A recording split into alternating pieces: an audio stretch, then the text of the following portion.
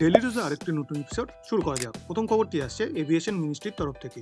বেসামরিক বিমান চলাচল মন্ত্রক আঞ্চলিক বিমান সংযোগ প্রকল্প উড়ানের একটি সম্প্রসারিত সংস্করণ তৈরি করছে, যার লক্ষ্য প্রবেশের বাধাগুলি সহজ করা এবং অপারেশনাল খরচ কমানো। এই উদ্যোগটি নতুন অংশগ্রহণকারীদের আকৃষ্ট করার জন্য ডিজাইন করা হয়েছে। এই স্কিমটিতে নতুন বিভাগ যে সি প্লেন, ছোট বিমান, হেলিকপ্টার অন্তর্ভুক্ত করা হবে এবং কম খরচে আঞ্চলিক বিমানবন্দরের উন্নয়নের দিকেও নজর দেবে। সূত্রগুলি ইঙ্গিত দিয়েছে যে নতুন সরকার পরের মাসে দায়িত্ব নেওয়ার পরে প্রকল্পের চূড়ান্ত বিবরণ নির্ধারণ করা হবে। বর্তমানে বিমানের প্রাপ্যতা, উচ্চ অর্থায়নের খরচ এবং নিয়ন্ত্রক নিয়ম, যেমন একটি নিবেদিত প্রাথমিক অপারেশনাল ইতিহাসের প্রয়োজনীয়তা সম্ভাব্য প্রবেশকারীদের জন্য বাধা হিসেবে কাজ করে। নতুন স্কিমটি 9 থেকে 20 আসনের ক্যাটাগরিতে ছোট বিমানের নতুন অপারেটরদের প্রবেশের মানদণ্ডকে প্রভাবিত করার লক্ষ্যও রাখবে। পরবর্তী খবরটি আসছে ম্যান ইন্ডাস্ট্রিজের তরফ থেকে। ম্যান ইন্ডাস্ট্রিজ ঘোষণা করেছে যে এটি দেশীয় এবং আন্তর্জাতিক উভয় ক্লায়েন্টের কাছ থেকে 40.90 মিলিয়ন টাকার নতুন অর্ডার পেয়েছে। এই আদেশগুলি বিভিন্ন ধরনের পাইপ সরবরাহের সাথে জড়িত। এই নতুন অর্ডারগুলি যোগ করার সাথে সাথে কোম্পানির মোট অনির্বাহিত অর্ডার বই এখন প্রায় 26 বিলিয়ন টাকায় দাঁড়িয়েছে এবং এই আদেশগুলি আগামী 6 থেকে 8 মাসের মধ্যে পূরণ করা হবে বলে আশা করা হচ্ছে। ম্যান ইন্ডাস্ট্রিজ, যা বৃহৎ ব্যাসের নিমজ্জিত arc welded carbon steel pipe উৎপাদনের বিশেষজ্ঞ, গ্লোবাল পাইপ বাজারে একটি মূল খেলোয়াড়। প্রকাশিত সাম্প্রতিক ত্রৈমাসিক প্রতিবেদনে কোম্পানিটি আগের অর্থ বছরে একই ত্রৈমাসিকের তুলনায় মুনাফা 19.1% হ্রাস পেয়েছে। যাই হোক, অপারেটিং রাজস্ব বছরে উল্লেখযোগ্য 35.6% বৃদ্ধি পেয়েছে, যা 8.10 বিলিয়ন টাকায় পৌঁছেছে। পূর্বে কোম্পানির আয় বার্ষিক 43.1% বৃদ্ধি পেয়ে 58.4 কোটিতে পৌঁছেছে।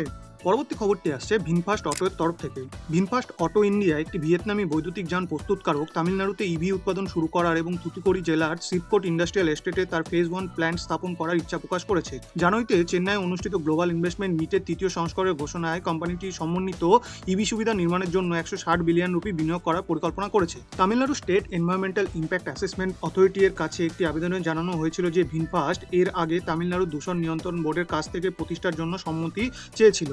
যাই হোক, টিএনপিসিবি কোম্পানিকে সিটিই এর সাথে এগিয়ে যাওয়ার আগে পরিবেশগত ছাড়পত্র পাওয়ার নির্দেশ দিয়েছে। 27 মে ইসির জন্য জমা দেওয়া হয়েছিল এবং বর্তমানে এটি পরীক্ষাধীন পর্যায়ে রয়েছে। একবার এসইআইডবলএ আবেদনটি অনুমোদন করলে এটি চূড়ান্ত অনুমোদনের জন্য পরিবেশ, বন ও জলবায়ু পরিবর্তন মন্ত্রকের কাছে পাঠানো হবে। পরবর্তী খবরটি আসছে নাসিক থেকে। শহরের ইবাস প্রকল্পের অধীনে পরিকাঠামো স্থাপনের জন্য নাসিক মিউনিসিপ্যাল কর্পোরেশন কেন্দ্র থেকে 130.5 মিলিয়ন টাকার অনুমোদন নিশ্চিত করেছে।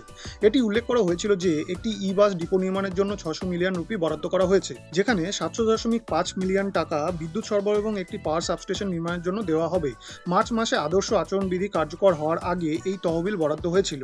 এনএমসি এর একজন সিনিয়র আধিকারিক জানিয়েছেন যে কেন্দ্র পিএম ই বাস সেবা প্রকল্পের অংশ হিসাবে এনএমসি এর জন্য 50টি ই বাস মঞ্জুর করেছে। অতিরিক্তভাবে ই বাস প্রকল্পের সাথে সম্পর্কিত পরিকাঠামো উন্নয়নের জন্য কেন্দ্র কর্তৃক 130.5 মিলিয়ন রুপি অনুমোদিত হয়েছে। লোকসভা নির্বাচনের আচরণবিধি কার্যকর হওয়ার আগে কেন্দ্র এই অনুমোদনগুলি মঞ্জুর করেছিল।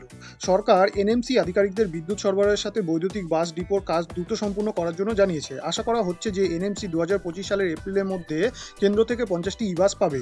পিএম ই বাস পরিষেবা প্রকল্পের অধীনে বাস সংগ্রহের সুবিধা বেসরকারি সংস্থাগুলির মাধ্যমে করা হবে, যা তাদের পরিচালনা রক্ষণাবেক্ষণের জন্য দায়ী থাকবে এবং এই ব্যবস্থাপনা 12 বছরের জন্য করা হবে। আর পেমেন্টের নিরিখে প্রতি কিমি ভিত্তিতে এই সংস্থাগুলিকে অর্থ প্রদান করা হবে। আজকে শেষ খবরটি আসছে অ্যামব্রেনের তরফ থেকে। গত এক দশকে মেক ইন ইন্ডিয়া এবং আত্মনির্ভর ভারতের মতো উদ্যোগের কারণে ভারতে ইলেকট্রনিক সেক্টরে একটি উল্লেখযোগ্য গুঞ্জন হয়েছে। ছোট এবং বড় উভয় নির্মাতারা এখন দেশীয়ভাবে উৎপাদন সোর্সিংয়ের দিকে ঝুঁকেছে, যদিও এটি একটি চ্যালেঞ্জিং প্রচেষ্টা। অ্যামব্রেন ইন্ডিয়া ব্যবস্থাপনা পরিচালক অশোক রাজপাল উল্লেখ করেছেন যে কোম্পানিটি 70% স্থানীয়করণ অর্জন করেছে এবং 100%-এর লক্ষ্য রেখেছে। তিনি বলেছেন যে তারা হরিয়ানায় তাদের কারখানায় 30,000 থেকে 85,000 বর্গফুটে প্রসারিত করেছে এবং উৎপাদনগুলি স্থানীয়করণের জন্য তাদের ভারতীয় উৎপাদন ইউনিটে 1 বিলিয়ন টাকা বিনিয়োগ করতে চান। রাজপাল ভারতে পণ্য উৎপাদনে কোম্পানির নিবেদনের ওপর জোর দিয়েছেন এবং সামগ্রী সোর্সিংয়ের জন্য স্থানীয় বিক্রেতাদের সাথে তাদের সহযোগিতার কথা তুলে ধরেন। তিনি অন্ধ্রপ্রদেশ, মুম্বাই এবং উত্তরপ্রদেশের বিক্রেতাদের কাছ থেকে ব্যবহারযোগ্য প্লাস্টিক এবং ব্যাটারি সামগ্রী সংগ্রহের উদাহরণ উদ্ধৃত করেছেন।